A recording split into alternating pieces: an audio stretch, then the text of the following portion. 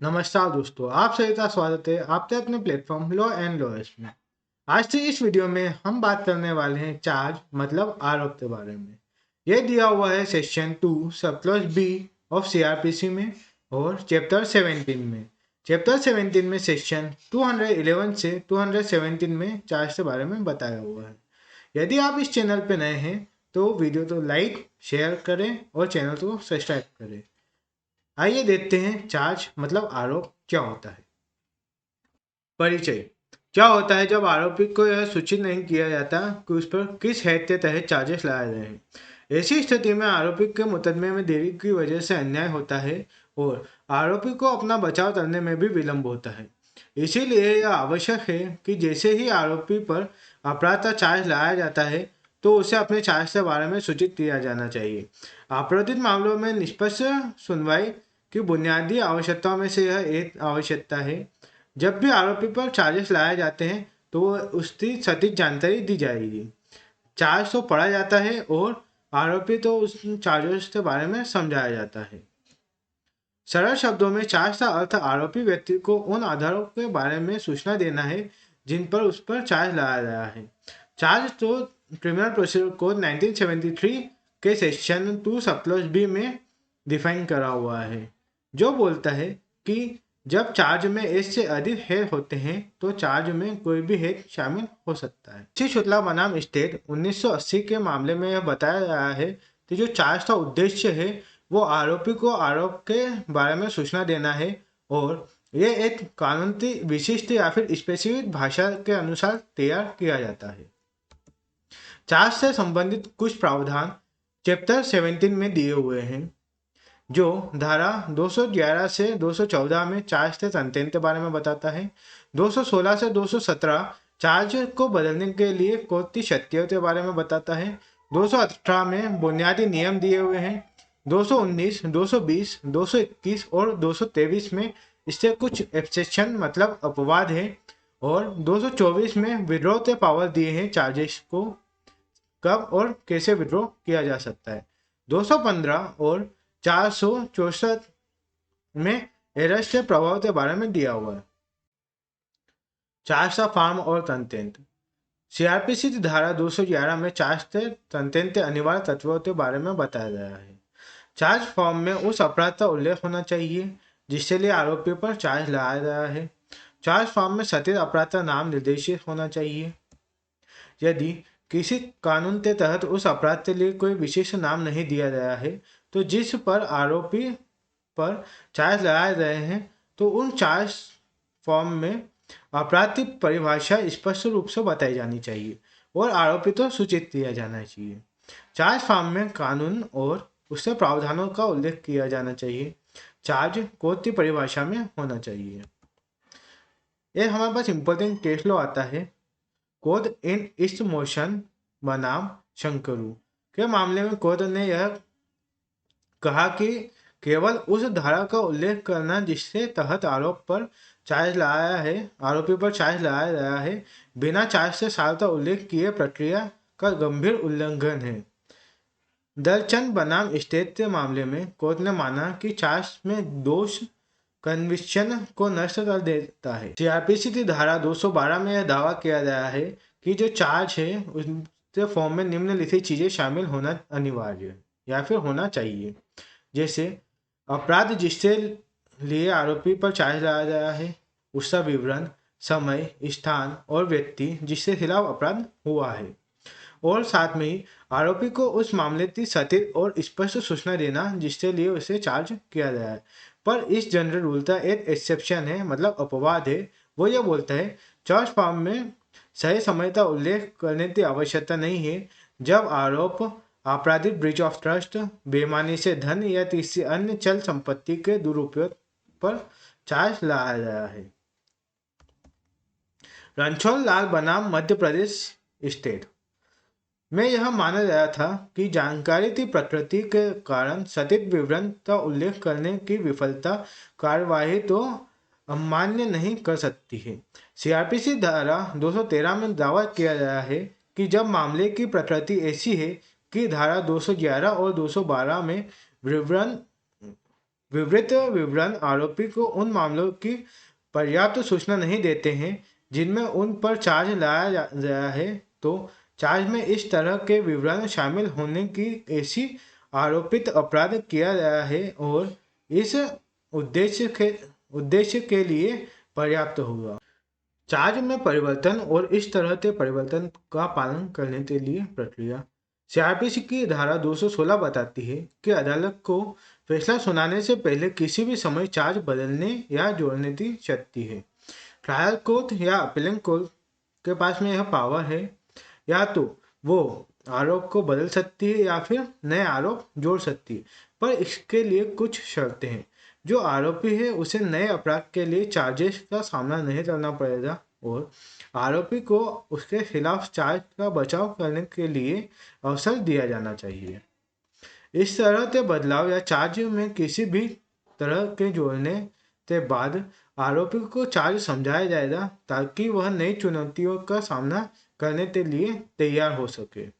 यदि कोर्ट यह निष्कर्ष निकालती है कि आरोप में बदलने या जोड़ने से आरोपी या अभियोजन पर प्रतिकूल प्रभाव पड़ने की संभावना है, तो कोर्ट मूल ट्रायल के साथ आगे बढ़ सकती है या तो इसे स्थगित कर सकती है।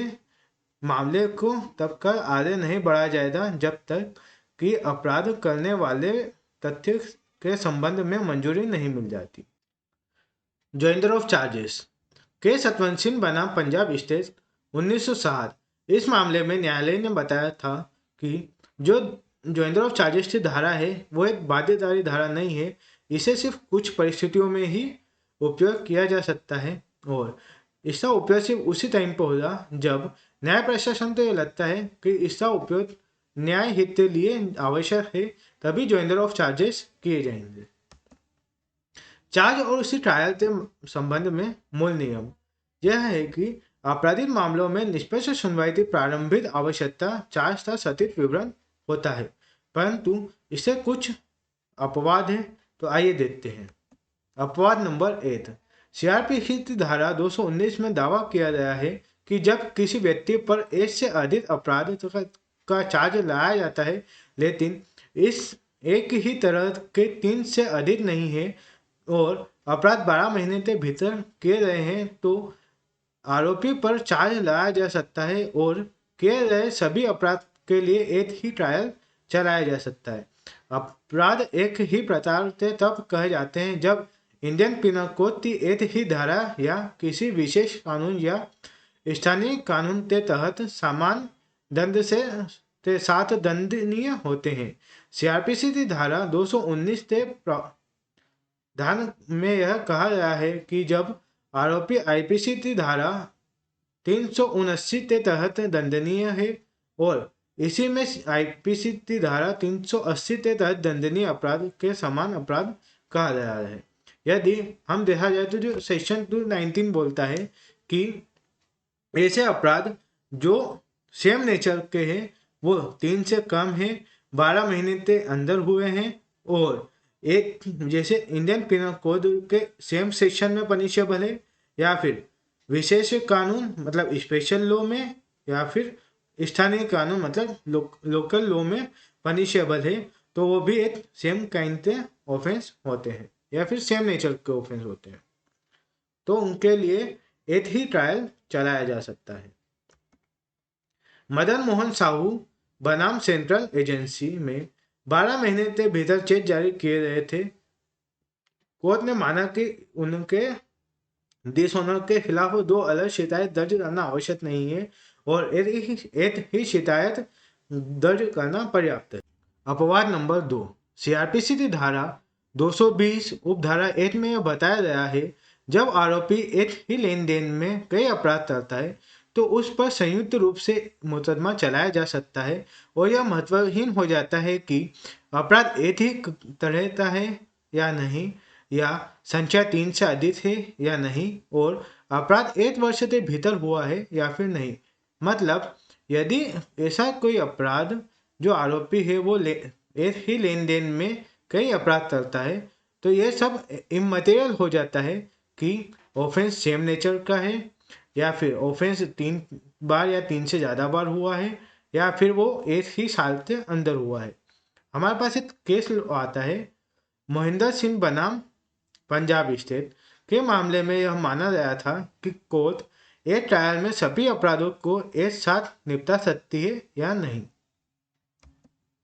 अपवाद नंबर 3, सीआरपीसी धारा 220 उपधारा 2 में जब आरोपी पर आपराधिक ब्रीच ऑफ ट्रस्ट या संपत्ति का बेईमानी से दुरुपयोग में एक या अधिक अपराधों का चार्ज लगाया जाता है, तो आरोपी पर ऐसे हर अपराध के लिए चार्ज लगाया जा सकता है और उस पर ट्रायल किया जा सकता है।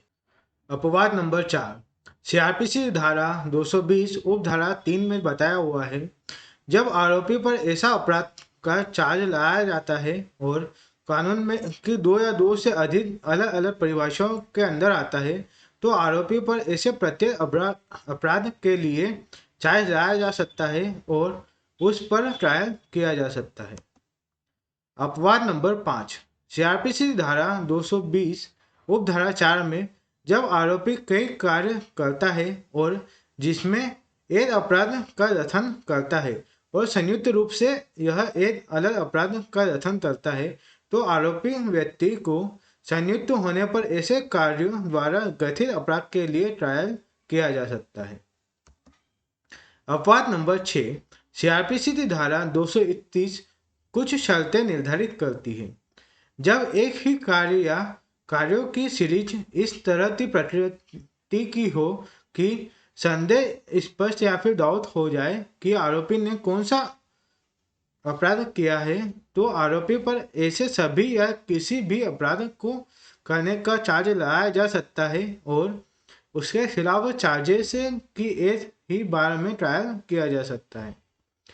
दूसरा, जब आरोपी पर एक अपराध या चार्ज लगाया जाता है लेकिन ऐसा प्रतीत होता है कि साक्ष्य में एक अलग अपराध है जिसके लिए उस पर चार्ज लगाया गया था, तो आरोपी को केवल उस अपराध के लिए दोषी ठहराया जा सकता है और जो उसने किया था, हालांकि उस पर इसके लिए चार्ज नहीं लगाया जा सकता।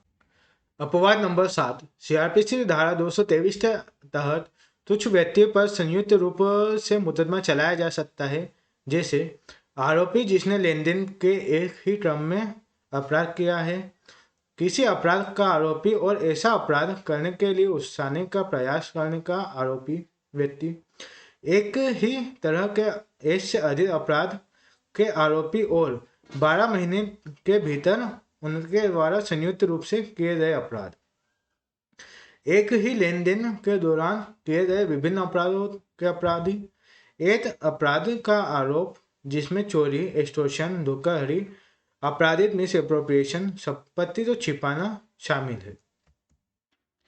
जब ऐसे अपराध को चार्ज अपराध में शामिल किया जाता है, तो अपराध का कन्विक्शन चार्ज नहीं किया जाता। सीआरपीसी की धारा 222 में प्रावधान है कि जब आरोपी पर कई अपराध का चार्ज लगाया जाता है और जिनमें से कुछ को मिलाकर और एक पूर्ण छोटा अपराध के रूप में साबित किया जाता है, तो आरोपी को एक छोटे अपराध के लिए दोषी ठहराया जा सकता है, हालांकि उस पर इस तरह के छोटे अपराध का चार्ज नहीं लगाया गया था।